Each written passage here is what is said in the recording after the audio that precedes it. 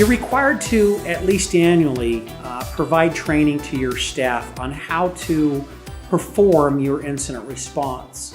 Once again, we're looking for some type of evidence that you've trained your staff, and what were the things that you trained your staff for.